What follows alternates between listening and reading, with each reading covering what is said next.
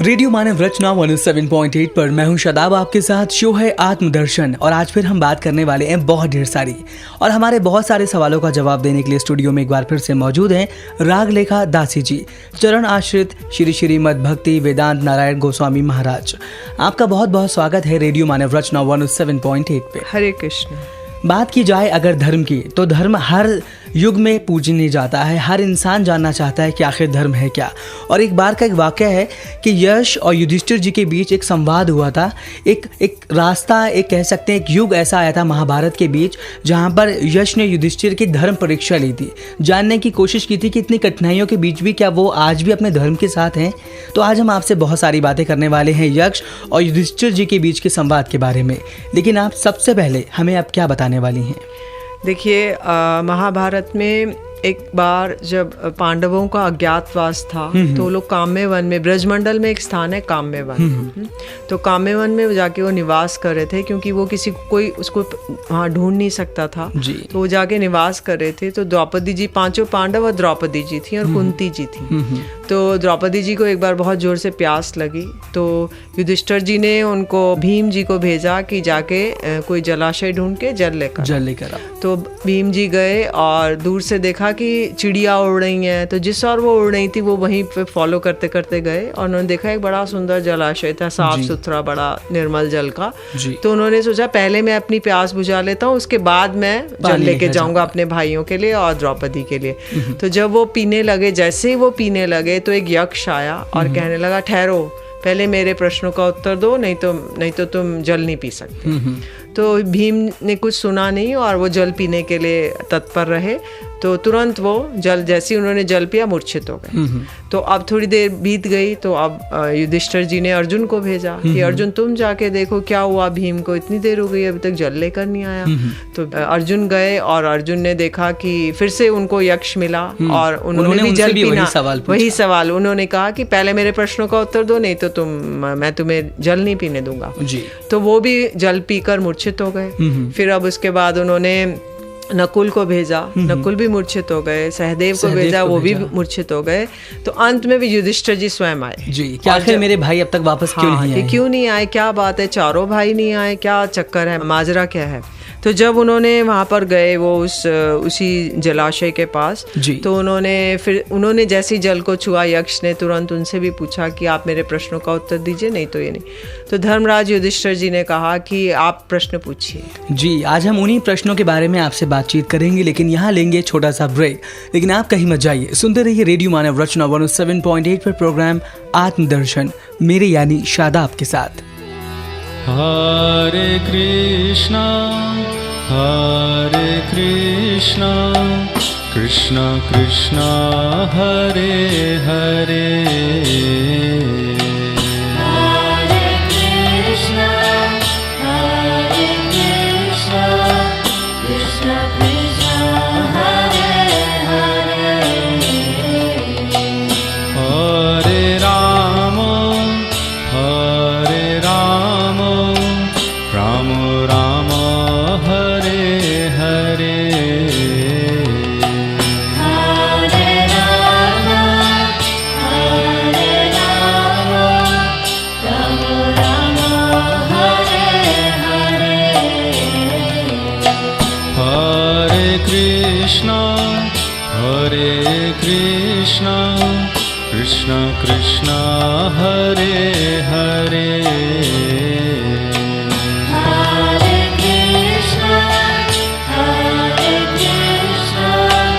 कृष्णा कृष्णा हरे हरे,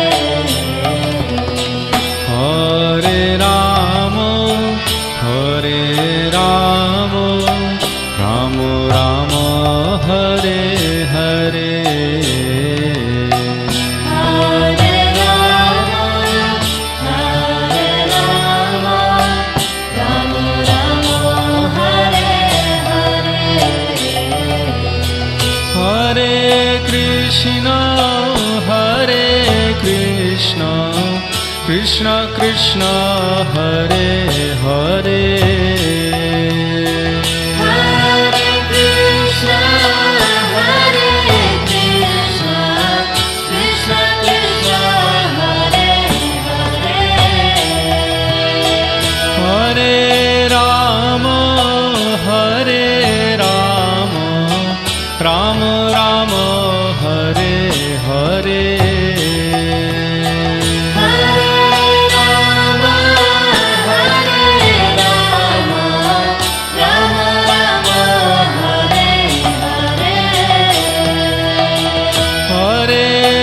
कृष्ण हरे Krishna Krishna Krishna Hare Hare Hare Krishna, Hare Krishna, Krishna Krishna, Hare Hare. हरे Ram Ram Ram Hare Hare Hare Rama, Hare Rama, Rama Rama, Hare Hare.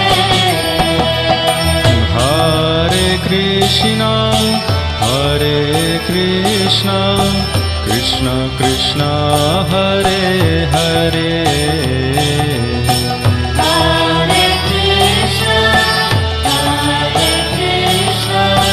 Krishna Krishna, Hare Hare. हरे Ram Ram Ram Hare Hare Hare Rama, Hare Rama, Rama Rama, Hare Hare. हरे Krishna Krishna Krishna Hare Hare Hare Krishna, Hare Krishna, Krishna Krishna, Hare Hare. हरे Ram Ram Ram Hare Hare Hare Rama, Hare Rama, Rama Rama, Hare Hare. हरे Krishna Krishna Krishna Hare Hare Hare Krishna, Hare Krishna, Krishna Krishna, Hare Hare. हरे Ram Ram Ram Hare Hare Hare Rama, Hare Rama, Rama Rama, Hare Hare. हरे Krishna Krishna Krishna Hare Hare Hare Ram Ram Ram Hare Hare Hare Krishna, Krishna Krishna, Hare Hare, Hare Ram, Ram Ram, Hare Hare. हरे Krishna Krishna Krishna Hare Hare Hare Ram Ram Ram Hare Hare Hare Krishna, Krishna Krishna, Hare Hare, Hare Ram, Ram Ram, Hare Hare. ओ हरे Krishna Krishna Krishna Hare Hare Hare Ram Ram Ram Hare Hare Hare Krishna, Krishna Krishna, Hare Hare, Hare Ram, Ram Ram,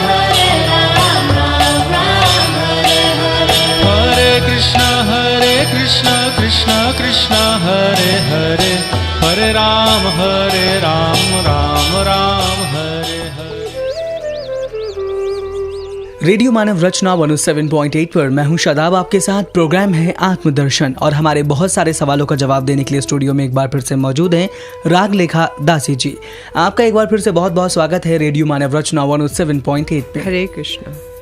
रागलेखा जी, break पे जाने से पहले हम बात कर रहे थे यक्ष और युधिष्ठिर के बीच जो एक संवाद हुआ था धर्म को लेकर। आज हम आपसे वही सवाल जानने वाले हैं। तो सबसे पहला सवाल जो यक्ष ने युधिष्ठिर से पूछा वो था, सूर्य कौन उदित कराता है? इसके बारे में आप क्या कहेंगे? युधिष्ठिर महाराज ने उत्तर दिया कि भगवान ही सूर्य को उदित कराते हैं। उनका एक और सवाल था कि पृथ्वी से भारी क्या है? युधिष्ठिर महाराज ने उत्तर दिया, माता भूमि से भी भारी है। यक्ष ने एक और उनसे सवाल जानने की कोशिश की और ये कहा कि आकाश से भी ऊंचा क्या है? पिता आकाश से भी ऊंचा है, युधिष्ठिर महाराज जी ने उत्तर दिया। तो रागलेखा दासी जी, ये जो सवाल मैंने आपसे पूछे हैं, यक्ष के सूर्य कौन उदित कराता है, पृथ्वी से भारी क्या है और आकाश से भी ऊंचा क्या है, आपसे जानना चाहेंगे इससे क्या तात्पर्य है, आप क्या कहना चाहेंगे इस बारे में? देखिए, भगवान जो हैं उनकी दृष्टिपात से सब कुछ, सूर्य चंद्रमा, सूर्य अपना प्रकाश देते हैं, चंद्रमा अपनी शीतलता और वो प्रकाश देते हैं रात में, जी। सूर्य दिन में देते हैं। और जो माता है अपने गर्भ में एक शिशु को 9 मास धारण करती है, तो 100 बार जन्म लेने पे हम एक माता का ऋण चुका सकते हैं। जी। तो इतनी माता का हम ऋणी रहते हैं। लेकिन आजकल देखा जाता है कि यूथ जो है माँ को, पिता को कुछ समझते नहीं है। बच्चे जो है पेरेंट्स को घर से बाहर निकाल देते हैं, घर से बाहर निकाल देते हैं और उनको कहते हैं कि ये तो तुम्हारा दायित्व था, रिस्पॉन्सिबिलिटी थी, तो you have not done anything for us. लेकिन ऐसा नहीं है, हम माता पिता के सदैव ऋणी रहेंगे और उनका हमें, शास्त्र में आया कि उनका हमें आदर करना चाहिए, रिस्पेक्ट करनी चाहिए। तो इसके बाद पूछा कि भाई पिता आकाश से भी ऊंचा है, क्योंकि पिता इतने उच्च कोटि के वो करके तब एक जीवात्मा उनके द्वारा ही माता के गर्भ में जाती है। बिल्कुल। तो इसलिए पिता का स्तर बहुत अधिक ऊंचा है। जी जी। माता पिता का जो स्थान है वो वाकई संसार में सबसे ऊंचा है। और रागलेखा दासी जी से हम इन्हीं सवालों के बारे में और भी बात करेंगे, आखिर उस संवाद के बीच और कौन कौन से सवाल आए थे। लेकिन यहाँ लेंगे छोटा सा ब्रेक, लेकिन आप कहीं मत जाइए, सुनते रहिए प्रोग्राम आत्मदर्शन मेरे यानी शादाब के साथ। सखीरी मेरे मनोभिलाषा है, मदन मोहन के गुण गाऊं। सखीरी मेरे मनोभिलाषा है, मदन मोहन के गुण गाऊं। मदन मोहन के गुण गाऊं। मदन मोहन के गुण गाऊं। मदन मोहन के गुण गाऊं। मदन मोहन के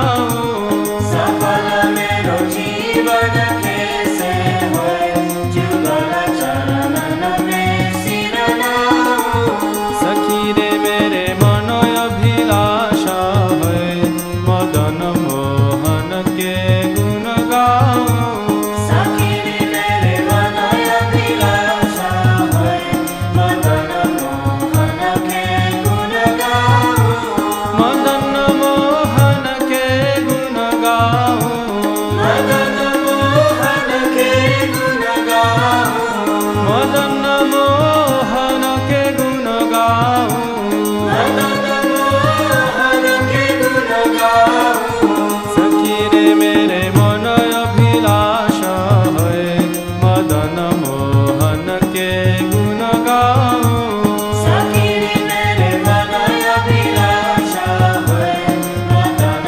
मोहन के गुण गाऊं सखी रे मेरे मन अभिलाषा है मदन मोहन के गुण गाऊं सखी रे मेरे मन अभिलाषा है मदन मोहन के गुण गाऊं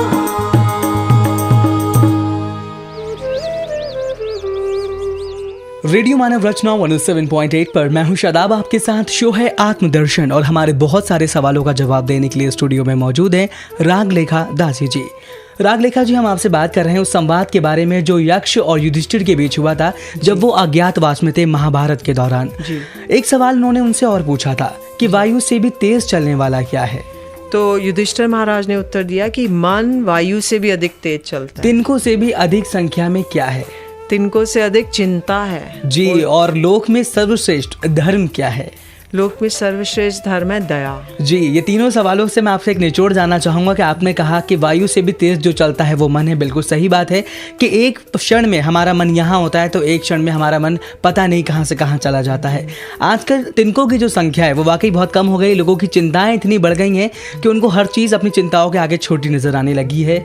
और सबसे ज़रूरी सवाल जिसके बारे में अब आपसे जानना चाहूँगा, दया, जो आपने कहा सर्वश्रेष्ठ धर्म है, लेकिन आज के टाइम में आपको लगता है इस कलयुग के अंदर कोई इंसान किसी के ऊपर दया कर रहा है? क्योंकि इंसान आज के टाइम में दया नहीं, निर्दयी हो गया है। आप इस बारे में क्या कहना चाहेंगे? देखिए शादाब भाई, हम दया का ऐसा है कि शास्त्र में ऐसा कहा जाता है, कृष्णेर संसार कर छाड़ी अनाचार जीवे दया नामे रुचि सर्वशास्त्र सार। कि हमें कृष्ण का संसार मतलब भगवान का, जिसको देखें उसको बोलें कि भाई भगवान का बारे में कुछ आप सुनिए, कीर्तन करिए या श्रवण करिए, और अनाचार छोड़ेंगे। मतलब अनाचार मीन्स कि no meat eating, no gambling, no alcohol, no illicit sex. ये चारों बड़े कठिन है इस कलिकाल में। जी। तो फिर बोलते हैं कि जीवे दया नामे रुचि, मतलब जीव हिंसा नहीं करेंगे। हमें कोई राइट नहीं है कि हम किसी और जीव को जो कि असमर्थ है उसको लेके मार दें और अपनी जीवा के स्वाद के लिए उसको खा लें। तो ये सबसे बड़ी निर्दयता है जी। तो इसको हमें दया करके उनको अहिंसा, जैसे गांधी जी ने कहा था कि अहिंसा के पथ पे चलें, और उनको भी जीने का अधिकार है। तो वो लोग ये नहीं कि हम सर्वाइवल ऑफ द फिटेस्ट, हम उनसे श्रेष्ठ हैं तो हम उनको मार के काट के और उनको खा लें, लेकिन अगले जन्म में वो मानव बनेंगे और हम पशु बनेंगे और वो हमारे से पूरा रिटेलिएट करेंगे, क्योंकि for every action there is equal and opposite reaction. तो अगर हम एक स्प्रिंग को नीचे करेंगे तो वो उतना ही ऊपर उठेगा और उतना इक्वल क्वांटिटी। और ये भी कहा जाता है जी, और ये भी कहा जाता है कि प्रकृति के साथ जैसा हम करेंगे प्रकृति हमें और ये संसार हमें वैसा ही वापस लौटाएगा। एक सवाल उनसे और जानने की कोशिश की थी कि उत्तम क्षमा क्या है? क्षमा से आता है बात किसी से माफी मांगना, अपना अपराध बोध करना। अगर हमने गलती कर दी है तो हम किसी से माफी मांगे, लेकिन आज के वक्त में ये गुण भी जो है इंसानों के अंदर नहीं दिखाई देता है। तो आप क्या कहना चाहेंगे? आजकल यही देखा जाता है कि किसी ने अगर कुछ किसी के प्रति कर दिया गलत कार्य, तो कोई किसी को क्षमा नहीं करता है, तो उससे उसकी लाइफ टाइम एनिमिटी हो जाती है। ओ तूने मेरे प्रति ये किया, तो तूने मेरा धन अपहरण किया या मेरे इसको मारा, अब मैं तेरे से मतलब तेरा कभी मैं तुझे नहीं कर सकता क्षमा। तो कहते हैं सबसे बड़ा धन है जो आभूषण है ये क्षमा। तो इसलिए अगर सुख दुख लाभ हानि जीवन मरण सभी धुंधों को सहना ही क्षमा है। तो हमें सुखेशु दुखेशु जितना